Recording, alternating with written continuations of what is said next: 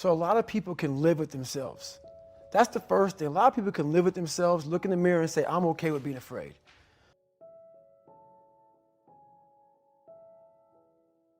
I'm okay with going on this easy highway over here. The easy highway has all these fucking signs and shit, directions, how to get somewhere. And you have to first be uncomfortable with how you feel about yourself. With that voice that a lot of us like to run away from, we all have it. We all have that voice that say, hey man, you know, you're kind of wimping out right now. You're kind of being a little punk right now. But a lot of us say, okay, that's okay. It's okay to tell these little white lies to ourselves. So we first have to face the real you. The real me is David Goggins. The real me is the guy looking at you right now saying, I don't want to fucking be on this show right now because I used to stutter as a kid. And I'm afraid of that. I'm afraid that here in a second, I'm going to start fucking stammering and stuttering and the whole world's going to know that I have all these issues. But that's when I see right now, okay, Goggins, you got to go on this fucking show. That's Goggins. Goggins is saying, okay, David Goggins, you're a punk. Life made you this way. We can't live like this. We can't live in fear. We can't live in judgment. We can't be afraid of what the fuck people right now are looking at me saying about me. We cannot be afraid of that. That's Goggins. Goggins saying, fuck all of you who don't like me, who don't want to, and that person then comes in. But you have to be David Goggins and say, man, I'm afraid of this. I'm fucked up here. Life made me this way here. I stutter. I have these issues with reading and writing and I'm fat and I'm insecure. You have to face that in that dark room. In that dark room is who you are. But in that dark room is where you have to create another human being that walks out of that dark room to face who you are. That's the only way you're going to get over all those things. You have to create someone else. Not like you have two different personalities. It is you. But you have to find strength. And that visualization of almost me cracking out Goggins, like almost like that Superman cape, like I'm coming out a different person, a person that doesn't give a fuck about anything, who doesn't care about being judged, who knows I'm weak, who knows I'm afraid, who says, whatever you think about me, take it, whatever, I'm here. That's Goggins. In the dark room, you face yourself, you realize you want to be better, you realize you don't want to be this weak, insecure person in the world who has all these problems that we all have. We all have. Social media is a great platform to tell you who we want to be, not who we are. So that's where that dark room is. So one of the techniques that I use when dealing with these kind of people is I absorb. I absorb their critiques. I absorb their toxicity. I absorb their negativity. Now, obviously, this takes a little bit of strength, right? You can't be taking stuff personally. You have to, in order to learn how to absorb things, you gotta say, okay, I'm just doing this for the team, right? Mm-hmm. But it looks like, for instance, when they say, oh, this is horrible, I don't say, no, it's not horrible. I don't just go right back at them. I say, yeah, you know what? We definitely got some room for improvement, right? So I kind of just deflected it. I kind of just absorb it, right? Absorb it a little bit. Because what they want to do is they're lashing out, right? They're throwing the negativity. They like those explosions. They like to see it hit something and blow up. That's what they're doing. That's how they roll. So you're going to absorb. You're going to catch it, pull it in, right? The last thing I want to do with someone that's being super negative is I want to give them some ownership. I want to give them some ownership, some ability to make changes, some ability to have some kind of a positive impact on the mission. So I'm going to pick something that I think they can step up and handle, right? Something that is within their grasp and realm and ability, and I'm going to give it to them. And then I'm going to give them kind of overload them with help and with assistance and with guidance to make sure that they win, and that's going to start spinning them in a more positive direction. Yeah. So that's my way to deal with the big negative people out there. Just absorb and slowly counter. You face it every day. You face it every single day of your life where you say, okay, like if you're fat, you need to lose weight. It's patience. It's patience in this fact of accepting who you are right now. I'm fat. I don't like myself. Accepting the fact that if you lose 3 or 4 pounds, that's a huge accomplishment. You have to live in your own fucking world. You cannot judge yourself. That's why social media and all these things are horrible. You can't judge yourself off of the so-called competition that we have made up in our mind. the things that, how people look, how people act, how smart someone is. This is a race that you run completely alone. And you're all by yourself. I had tons of sticky notes all over my mirror. It wasn't like, be better than John or be as fast as whoever. Okay, David, yesterday you did this.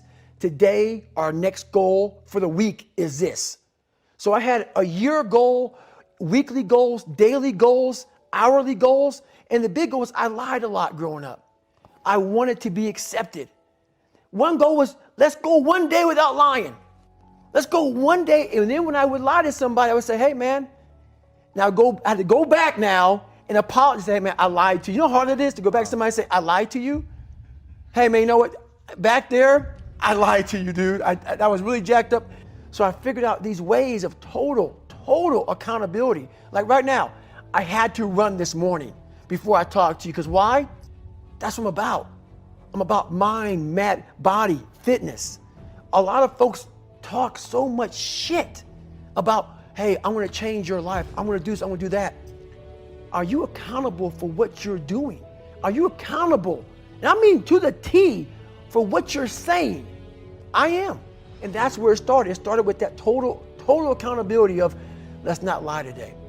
Let's tell people the truth about who you are. And when you can get on and tell someone, like I'm doing right now, exactly how fucked up you are, that's the goal in life. To put your life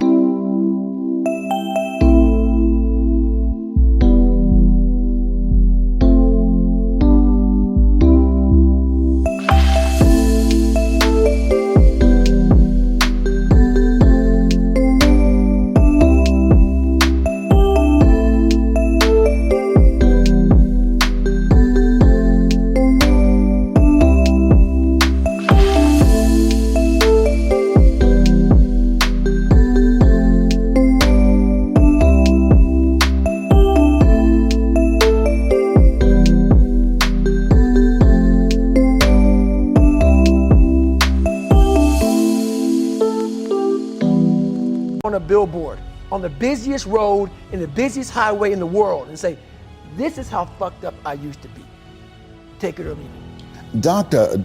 Alfred Golson, who has since passed, was a very unusual guy. And he told me, he said, Mr. Brown, you have cancer. I said, can you give me a second opinion? He said, yes, and you're ugly too. I didn't have a chance to have fear because those three words, you have cancer, three of the most feared words in 7 different languages. I saw it as a fight. And from that time to this time, my PSA was 2,400.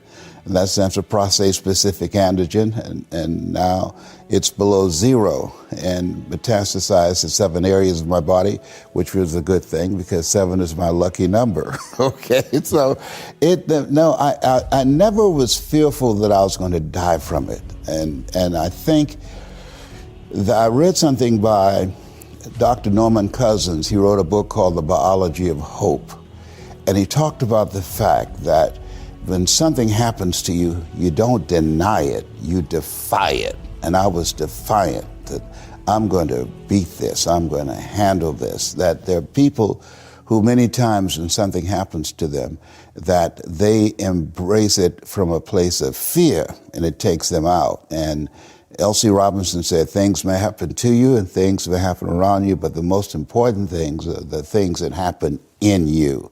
And you have to stand up inside yourself and deal with it and handle it. So fortunately, that never bothered me, but I had sciatica pain.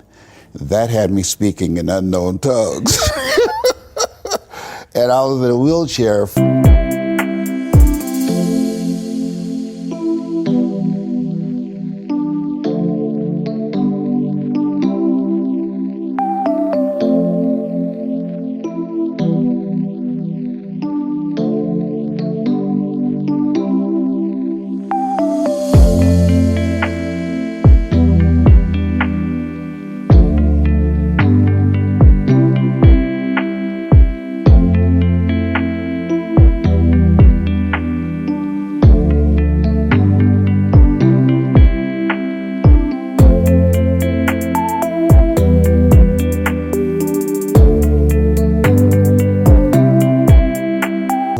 several months, speaking from a wheelchair.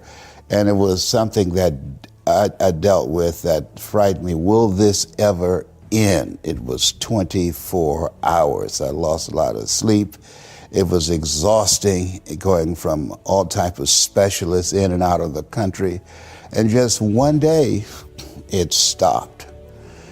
And I'm glad that I'm past that. You know, I feel like when you go through some stuff, there's some certain things that you don't want ever to see again, and that's what I don't want to ever see again. But fear has not been the biggest challenge that I've faced with the things that I've been dealing with in terms of my health.